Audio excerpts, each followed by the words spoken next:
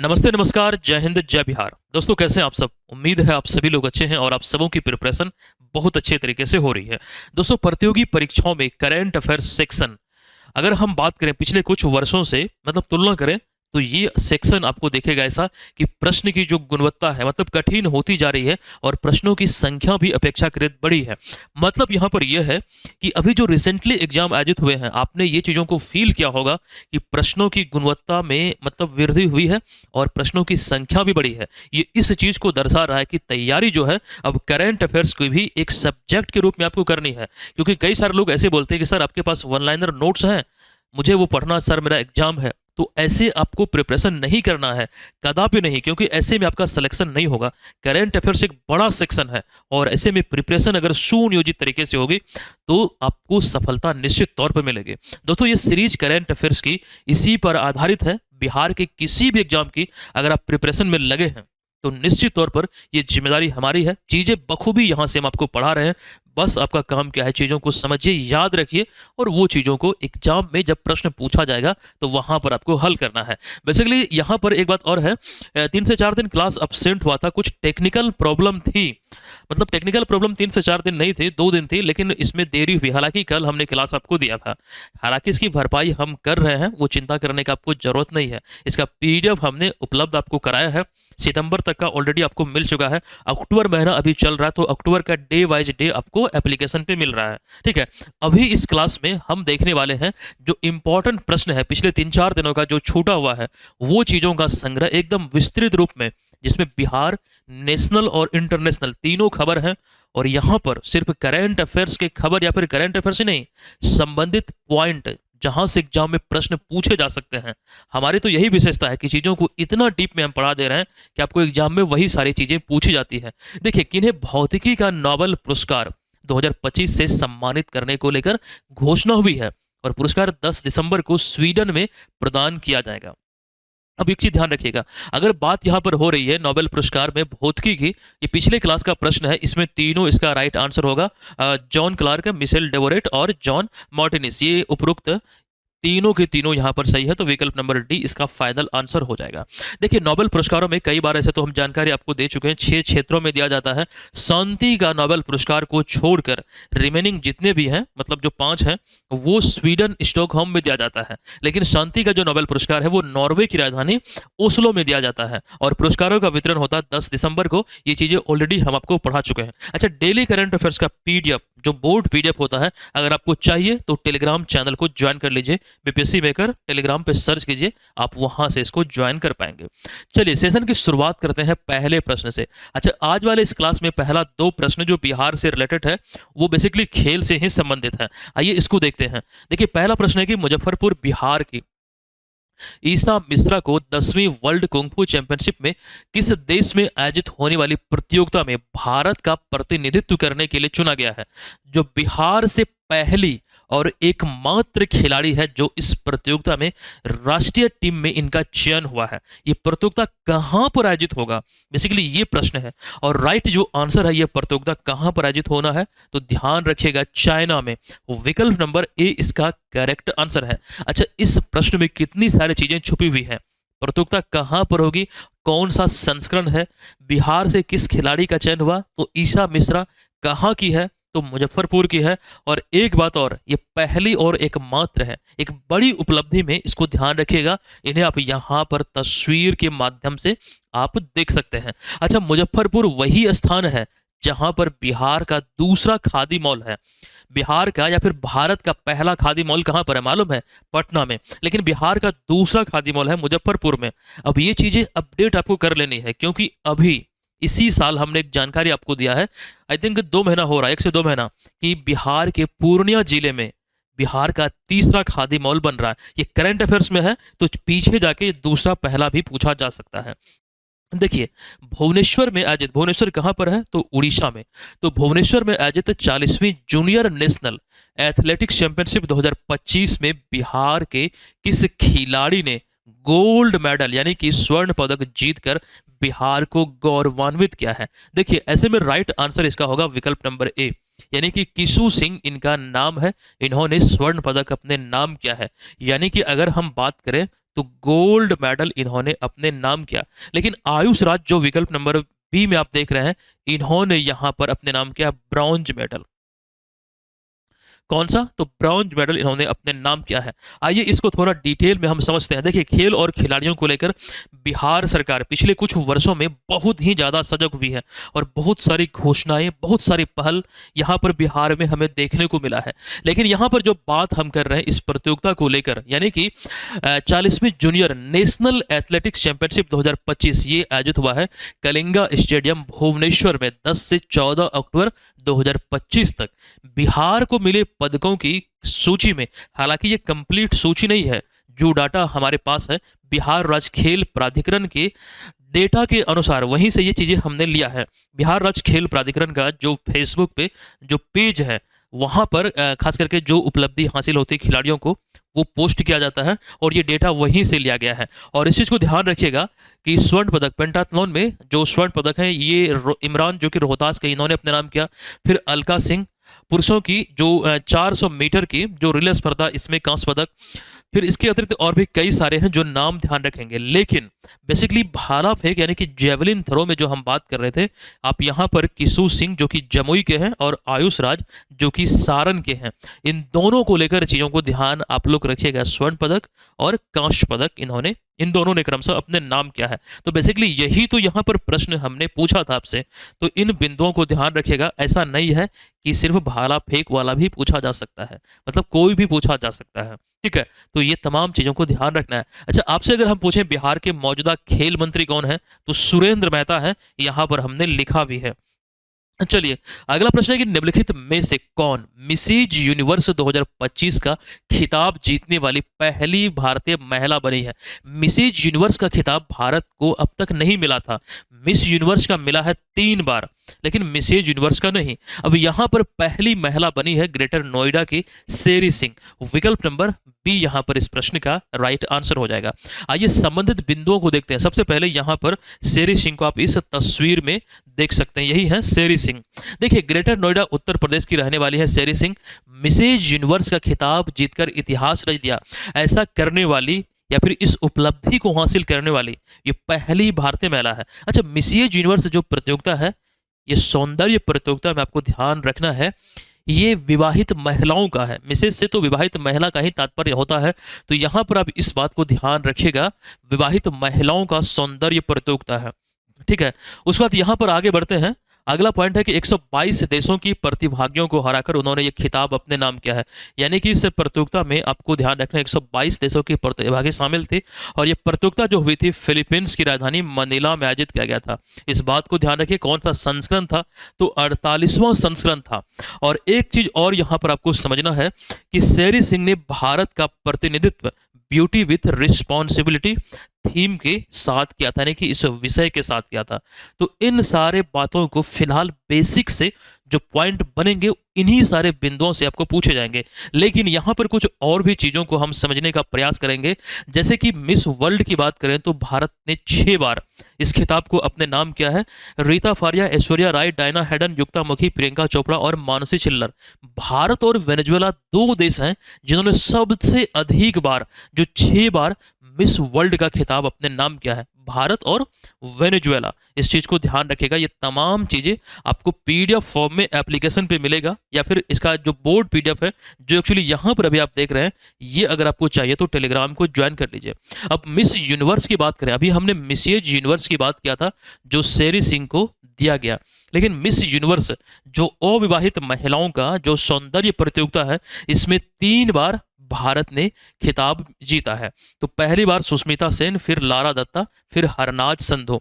तो ये बिंदु जो 3 पॉइंट मतलब यहाँ पर क्रम से हमने लिखा, इसको ध्यान रखिएगा। मिस यूनिवर्स की हम बात कर रहे हैं और तीनों को आप यहाँ पर देख सकते हैं। उसके बाद मिस यूनिवर्स की चर्चा हो रही है, तो पिछला जो मिस यूनिवर्स था 2024 वाला, ये डेनमार्क की विक्टोरिया केजर थेलविग ने अपने नाम किया, जबकि 2023 में इससे पिछला बार सेनिस पालासियोस जो निकारागुआ की है, इन्होंने अपने नाम किया। अच्छा, मिस यूनिवर्स 2025 वाला, इस संदर्भ में यहाँ पर जानकारी है। मिस यूनिवर्स इंडिया का जो ग्रैंड फिनाले है 2025 वाला, ये राजस्थान के जयपुर में हुआ। यहाँ पर आपको ध्यान रखना है, मनिका विश्वकर्मा ने 48 प्रतिभागियों को पीछे छोड़ते हुए इस खिताब को अपने नाम किया है। यानी कि इस प्रतियोगिता को मिस यूनिवर्स प्रतियोगिता की क्वालिफाइंग प्रतियोगिता आप बोल सकते हैं भारत की दृष्टिकोण से। अर्थात मनिका विश्वकर्मा, आपको ध्यान रखना है, नवंबर 2025 में थाईलैंड में जो 74वां मिस यूनिवर्स प्रतियोगिता होगा वहां पर भारत का प्रतिनिधित्व करेगी।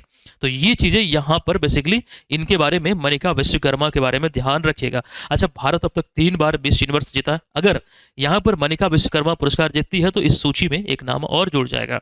ठीक है, चलिए अब इसके अतिरिक्त मिसेज वर्ल्ड, जो विवाहित महिलाओं का जो मिसेज वर्ल्ड प्रतियोगिता है, इसमें आपको ध्यान रखना है। ऐसे ये चीजें तो आप पढ़ लेंगे, लेकिन यहाँ पर बेसिकली ये इंपॉर्टेंट है कि भारत को अब तक 2 बार एक खिताब मिला है। एक तो सबसे पहले अदिति गोवित्रिकर को 2001 में, फिर पिछली बार 2022 में सरगम कौशल को, जो कि ये क्रमशः पनवेल महाराष्ट्र और जम्मू कश्मीर भारत की रहने वाली है। तो पिछली बार सरगम कौशल ने। हालांकि 2025 का जो मिसेज वर्ल्ड का खिताब है ये दक्षिण अफ्रीका की सेगो गैली ने अपने नाम किया है। तो ये तमाम चीजें आप ध्यान रखिएगा। और चूंकि अभी ये मिसेज यूनिवर्स को लेकर खबरों में है, तो पूरी की पूरी जो इन्फॉर्मेशन हमने आपको दिया है, आप ये उम्मीद रखिए कि एक प्रश्न यहां से पूछा जा सकता है। चलिए अब आगे बढ़ते हैं, अगले प्रश्न पे आते हैं। 2025 की टाइम्स 100, देखिए 2025 की टाइम्स 100 नेक्स्ट सूची में शामिल होने वाले एकमात्र भारतीय क्रिकेटर कौन बने हैं? तो एकमात्र भारतीय क्रिकेटर बने हैं यशस्वी जायसवाल। विकल्प नंबर बी इस प्रश्न का यहाँ पर राइट आंसर हो जाएगा। क्या होगा? विकल्प नंबर बी। यशस्वी जायसवाल को आप यहाँ पर, जो कवर पेज एक्चुअली है इसका, जो टाइम्स जो पत्रिका है, अमेरिकी पत्रिका है, और हर वर्ष टाइम्स 100 नेक्स्ट नामक सूची जारी करती है, और ये वही कवर पेज है जो बेसिकली यहाँ पर हम बात कर रहे हैं यशस्वी जायसवाल की। तो इस सूची में आपको ध्यान रखना, विश्व भर के ऐसे युवा को शामिल किया जाता है जिन्होंने अपने क्षेत्र में असाधारण प्रभाव डाला हो, दुनिया में कुछ प्रभाव डाला हो, जो बेहतरीन कार्य किया हो, वैसे शख्स को, वैसे व्यक्तियों को इसमें शामिल किया जाता है। यशस्वी जायसवाल को 2025 की टाइम 100 नेक्स्ट सूची में शामिल किया गया है, और वे उस सूची में, इस सूची में यानी कि शामिल होने वाले इस सूची में 2025 की एकमात्र भारतीय हैं। इस बात को भी ध्यान रखिएगा। यहाँ पर एकमात्र भारतीय क्रिकेटर है एक्चुअली में, वो चीज़ें हमने मेंशन किया है, और उन्हें यह सम्मान अंतर्राष्ट्रीय क्रिकेट में उनकी जो शानदार उपलब्धि है और निरंतरता और आक्रामक बल्लेबाजी शैली के लिए मिला है। तो बेसिकली यही मतलब पूछा जा सकता है किस लिए उन्हें मिला, तो क्रिकेट के क्षेत्र में जो उनका जो उत्कृष्ट कार्य है उसके लिए। अच्छा, टाइम मैगजीन ने अपने लेख में यशस्वी की कहानी को from the states to the stars शीर्षक से प्रस्तुत किया है। From the states to star, ये इस शीर्षक के साथ प्रकाशित किया है यशस्वी जायसवाल की कहानी को। इस मतलब ये पत्रिका में यशस्वी जायसवाल का जन्म 18 दिसंबर 2001 को भदोही उत्तर प्रदेश में हुआ था। ठीक है, तो बेसिकली यहाँ पर हमने ये मेंशन किया है, और ये ध्यान आप लोग रखेंगे। क्रिकेट से संबंधित कई सारे प्रश्न होते हैं जो एग्जाम में पूछे जाते हैं। आप यकीन नहीं करेंगे, आपको कुछ प्रश्न ऐसे भी देखने को मिल सकता है। एक एग्जाम में पूछा गया था, मुझे याद नहीं कौन से एग्जाम में, लेकिन मैंने बाकायदा देखा हुआ है, महेंद्र सिंह धोनी का संबंध किस खेल से है? चलिए, ये तो क्रिकेट से है, ये तो बहुत ही आसान है। एक ये पूछा गया था बीपीएससी वाले एग्जाम में कि महेंद्र सिंह धोनी ने ऐसा, मतलब उनके संन्यास को लेकर प्रश्न था। महेंद्र सिंह धोनी और सुरेश रैना जब संन्यास लेते, वही संन्यास से ही संबंधित बीपीएससी एग्जाम में प्रश्न बना था, और कठिन नहीं था, बहुत आसान था। चलिए अगला प्रश्न है कि 2025 का जो नोबेल शांति पुरस्कार है, ये किस देश की विपक्षी नेता मारिया कोरिना माजाटो को प्रदान किया जाएगा? ये किस देश में विपक्ष की नेता है? इनका नाम है मारिया कोरिना माचाटो। तो राइट आंसर होगा वेनेजुएला, यानी कि विकल्प नंबर सी इस प्रश्न का करेक्ट आंसर यहां पर हो जाएगा। आइए इनसे संबंधित बिंदुओं को देखते हैं, समझते हैं। सबसे पहले जो तस्वीर में आप यहां पर देख रहे हैं, इन्हीं को सम्मानित करने को लेकर बात हुई है, और ये मारिया कोरिना माचाटो इनका नाम है। 2025 का नोबेल पुरस्कार जो इन्हें मिलेगा, दरअसल वेनेजुएला के हैं। तो वेनेजुएला में लोकतंत्र और मानवाधिकारों की पुनर्स्थापना को लेकर जो उनका साहसिक संघर्ष है, जो उनका कार्य है, उस मतलब दृष्टिकोण से इस चीज को मतलब योगदान के रूप में ध्यान रखते हुए ये सम्मान देने की इन्हें बात भी है, और विपक्ष के रूप में यहाँ पर इनकी भूमिका अहम है। कहाँ पर? वेनेजुएला में। तो ये चीजों को ध्यान रखिएगा। तो पुरस्कार विजेता कौन है? Maria Corina Machado.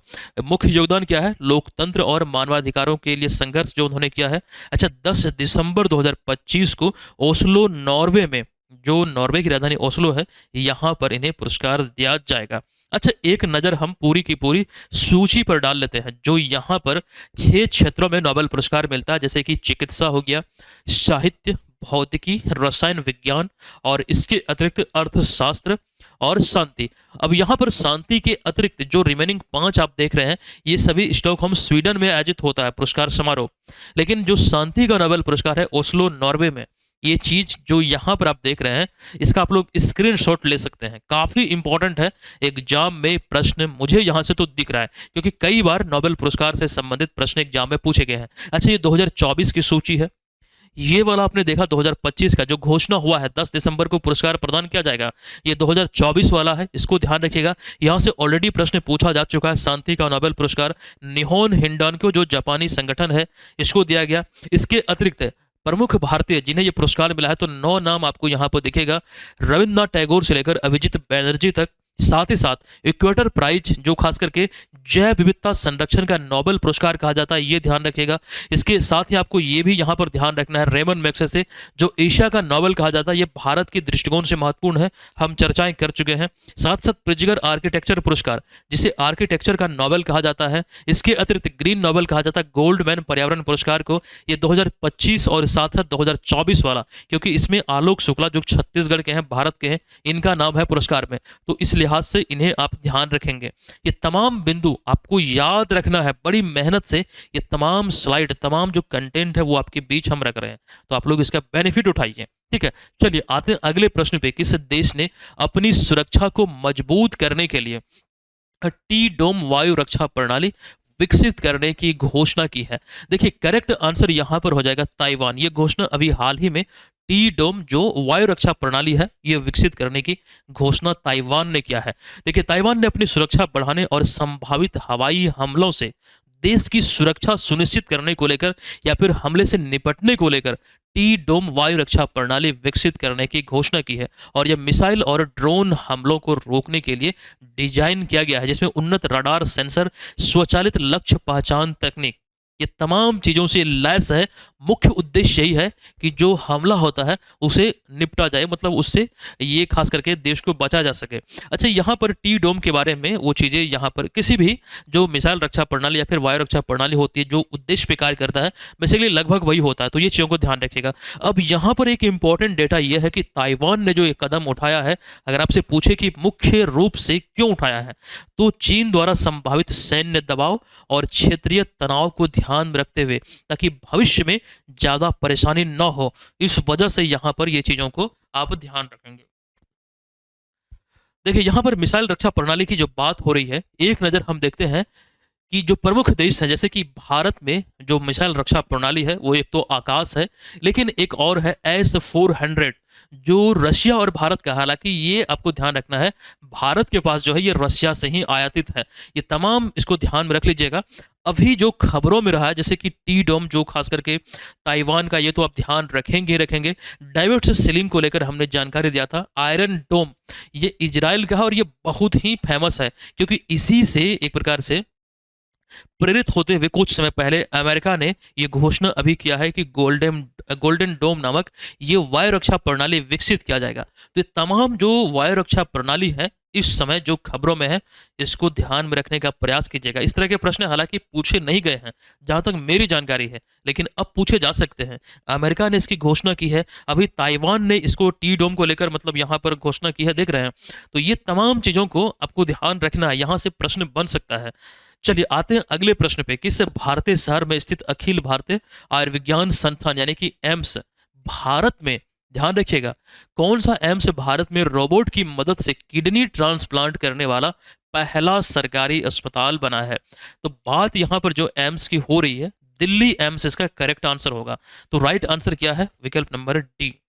ठीक है, यानी कि यहां पर रोबोटिक मतलब कह सकते हैं ट्रांसप्लांट, रोबोट के माध्यम से किडनी का ट्रांसप्लांट हुआ है और ये भारत में पहली बार ऐसा हुआ है कहीं पर, तो एक बड़ी उपलब्धि स्वरूप आप इसको देख सकते हैं। चलिए अगला प्रश्न है कि 70वें फिल्म फेयर अवार्ड्स 2025, ये 70वां संस्करण फिल्म फेयर अवार्ड्स का है, निम्न में से किस फिल्म को बेस्ट फिल्म के अवार्ड से सम्मानित किया गया? देखिए, राइट जो आंसर होगा ये है विकल्प नंबर ए, यानी कि इस फिल्म का नाम है लापता लेडीज। ठीक है, अच्छा, लापता लेडीज को पहले भी कई पुरस्कार मिल चुका है, ये चर्चाएं हम कई दफा कर चुके हैं, लेकिन बेसिकली यहाँ पर अभी हम फोकस कर रहे हैं 70वें फिल्म फेयर अवार्ड पर।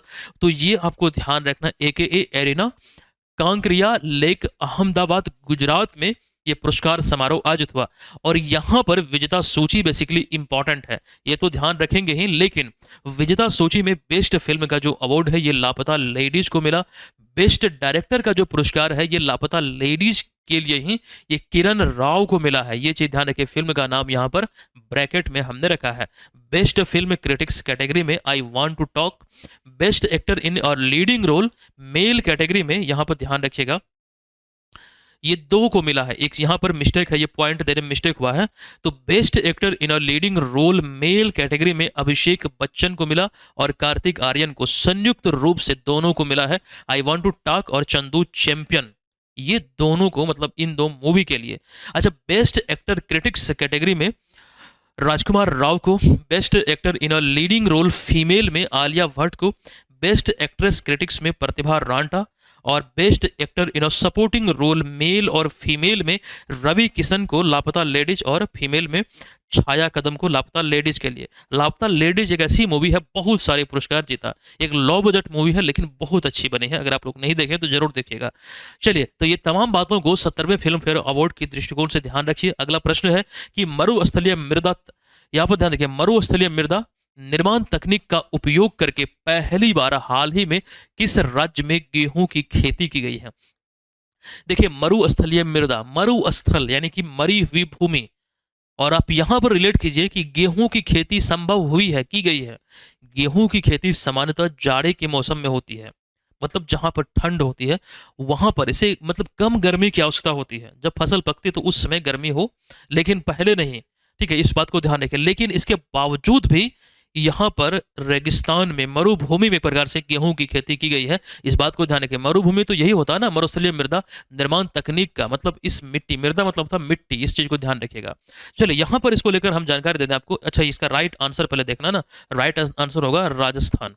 देखिए, यहां पर आपको जानकारी दे दें कि मरुस्थलीय मृदा निर्माण तकनीक एक उन्नत कृषि तकनीक है जिसका उद्देश्य मरुस्थलीय और सूखी भूमि में फसलों की पैदावार बढ़ाना, मतलब बढ़ाने को लेकर होती है।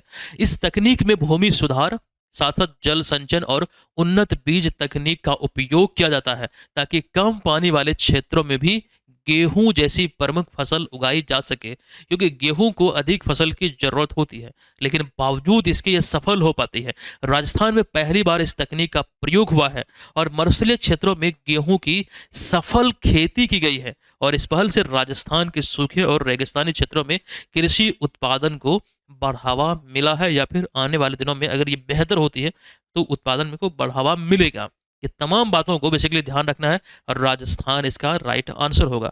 अच्छा, गेहूं की बात हो रही है, किसी भी अन्न के उत्पादन में या फिर कोई भी चीज हो सकती है, प्रोडक्शन में अगर हम देखें सर्वाधिक जो उत्पादन है गेहूं का किस राज्य में होता है, इसको जरा ध्यान से देखिएगा। गेहूं उत्पादन में शीर्ष राज्य है उत्तर प्रदेश। पूरे भारतवर्ष का जो 100% उत्पादन है उसमें 30% योगदान केवल उत्तर प्रदेश का है, समझ लीजिए।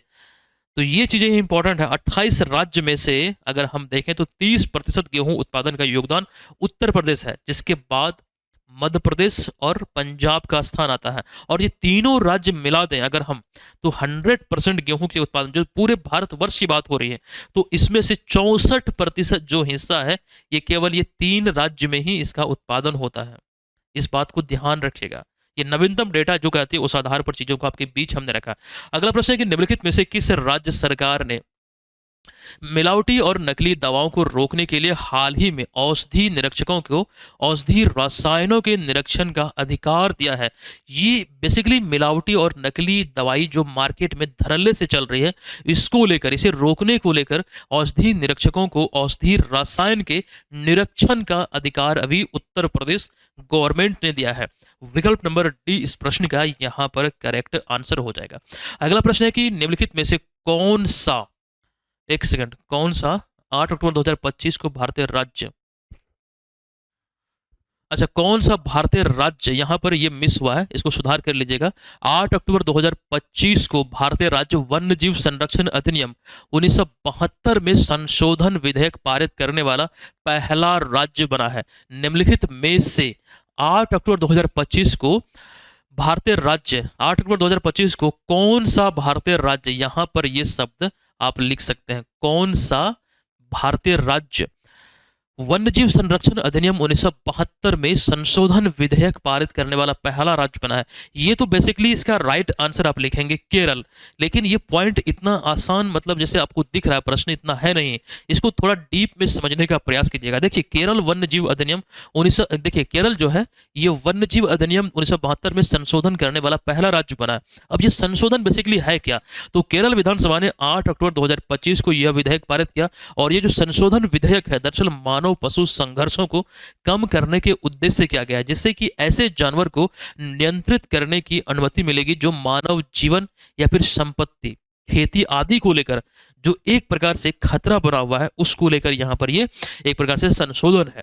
बेसिकली कारण ये क्या है इसके पीछे, देखिए ऐसे जंगली जानवरों को नियंत्रित करने की अनुमति देना जो मानव जीवन या फिर कृषि के लिए खतरा पैदा कर रहे हैं या फिर हिंसक जानवरों को आसानी से समाप्त किया जा सके। तो बेसिकली यहाँ पर आपको ध्यान रखना है, ये तमाम चीजें बेसिकली यहाँ पर जो लिखा गया है इस पॉइंट को अगर आप समझ रहे हैं मानव पशु संघर्ष को कम करने को लेकर, इस तस्वीर में वही चीजों का यहाँ पर जिक्र किया गया है। जिस प्रकार से क्षति होती है कई बार तो लोगों की जान भी चली जाती है, तो ये तमाम बिंदुओं को ध्यान रखिएगा। अच्छा एक जानकारी और, विकल्प में यहाँ पर आप देख रहे हैं मध्य प्रदेश। कुछ समय पहले यहाँ पर मैंने आपको बताया था एक ऐप लॉन्च हुआ था और उस ऐप का नाम क्या है वो आप मुझे कमेंट बॉक्स में बताइएगा। और ये ऐप इसलिए जरूरी है, यहाँ पर जो बात हम कर रहे हैं मानव पशु संघर्ष को लेकर, तो इसी संदर्भ में वो ऐप लाया गया है और उस ऐप में जो पहला नाम है वो गज है। आप लोग देखते हैं कितने लोगों को मालूम है, हमने आपको पढ़ाया हुआ है, आप लोग कमेंट करके मुझे बताइएगा। अगला प्रश्न है किस राज्य सरकार ने राज्य में गरीब परिवारों को आर्थिक सहायता देने के उद्देश्य से अरुणोदय 3.0 योजना शुरू किया है। तो राइट जो आंसर यह है विकल्प नंबर बी, यानी कि असम इसका करेक्ट आंसर यहां पर हो जाएगा। चलिए आते हैं आज के इस क्लास के प्रश्न पे। बिहार में 18वीं विधानसभा चुनाव 2025 में आयोजित होना है और आपको ध्यान रखना 6 और 11 नवंबर को चुनाव आयोजित होंगे 2 चरणों में। 14 नवंबर को बाल दिवस के अवसर पर, चिल्ड्रंस डे के अवसर पर परिणाम आएगा चुनाव का। अब यहाँ पर ध्यान दीजिए 18वीं विधानसभा चुनाव की हम बात कर रहे हैं, इसमें तो 17वीं चल रहा है, जो कि यहाँ पर इसी संदर्भ में एक प्रश्न है कि कुल 243 सीट जो बिहार में विधानसभा की 243 सीटें हैं, किसी भी पार्टी या फिर गठबंधन को बहुमत प्राप्त करने के लिए कितनी सीटों पर जीत दर्ज करना अनिवार्य है, कितनी सीटें पर जीत दर्ज करनी होगी, उसका आंसर आप लोग कमेंट बॉक्स में लिखेंगे। अच्छा आज के सेशन को हम समाप्त करें उससे पहले बीपीएससी एडीओ का जो टेस्ट सीरीज आया है, अब ये आपको पहले तो यहाँ पर हम आपको ये बता दें कि ये सेक्शन ऑलरेडी हम आपका अपडेट कर चुके हैं, आप लोग प्रैक्टिस भी कर रहे हैं, मैं देख रहा हूँ कि काफ़ी लोग इसको ज्वाइन कर रहे हैं। लेकिन अब यहाँ पर ये सेक्शन अपडेट होना शुरू हो चुका है, पेपर 1 आपका अपडेट हो रहा है। पहले हम हिंदी का इस सप्ताह यानी कि 10 सेट जो है वो आपका कवर कराएंगे और प्रत्येक दिन आप टाइम निकालिए यहाँ पर टेस्ट में पार्टिसिपेट आपको करना है। प्रत्येक दिन तकरीबन आपको एक सेट कन्फर्म आपको मिलेगा और शेड्यूल वहाँ पर आप चेक कीजिएगा, वहाँ पर टेस्ट का टाइमिंग दिया रहेगा कब आपका टेस्ट है। आप बाद में भी उस टेस्ट को दे सकते हैं। तो प्रत्येक दिन हिंदी का आपको टेस्ट मिलेगा और मतलब हिंदी और अंग्रेजी पेपर 1 का जो एक फुल टेस्ट है वो आपको मिलेगा और ये क्वालिफाइंग पेपर है, इसका मेरिट में आपको नहीं जुड़ेगा अंक। उसके बाद हम शुरू करेंगे पेपर 2, मतलब एक सप्ताह के बाद पेपर 2 और पेपर 3 ये दोनों एक साथ चलेगा, ये दोनों एक साथ चलेगा, इस बात को ध्यान रखिएगा। तो जो लोग नहीं लिया जरूर ले लीजिएगा। इसके अतिरिक्त अच्छा ये चीज़ें महज आपको 299 रुपये में मिल रहा है। एक कंप्लीट जो सिलेबस का टेस्ट सीरीज है इसका पीडीएफ भी आपको मिलेगा। इसके अतिरिक्त बिहार एसएससी सीजल 4 की वैकेंसी जो आई हुई, इसका एक कोर्स है, हुंकार बैच है, आप लोग ले सकते हैं। ऑलरेडी कई सारे लोग इसे ज्वाइन किए हुए हैं। बिहार पुलिस एसआई का टारगेट बैच आया हुआ है, आप लोग डिमांड कर रहे थे। करंट अफेयर्स की संपूर्ण तैयारी हमारी जिम्मेदारी है, इस कोर्स में बखूबी हम चीज़ें आपको पढ़ा रहे हैं, तो आप लोग इसे ले सकते हैं। मिलते हैं नेक्स्ट क्लास में। ये क्लास आपको कैसा लगा अपने दोस्तों सहपाठियों के बीच इसको जरूर रिकमेंड कीजिएगा। मिलते हैं नेक्स्ट क्लास में, तब तक के लिए धन्यवाद, जय हिंद।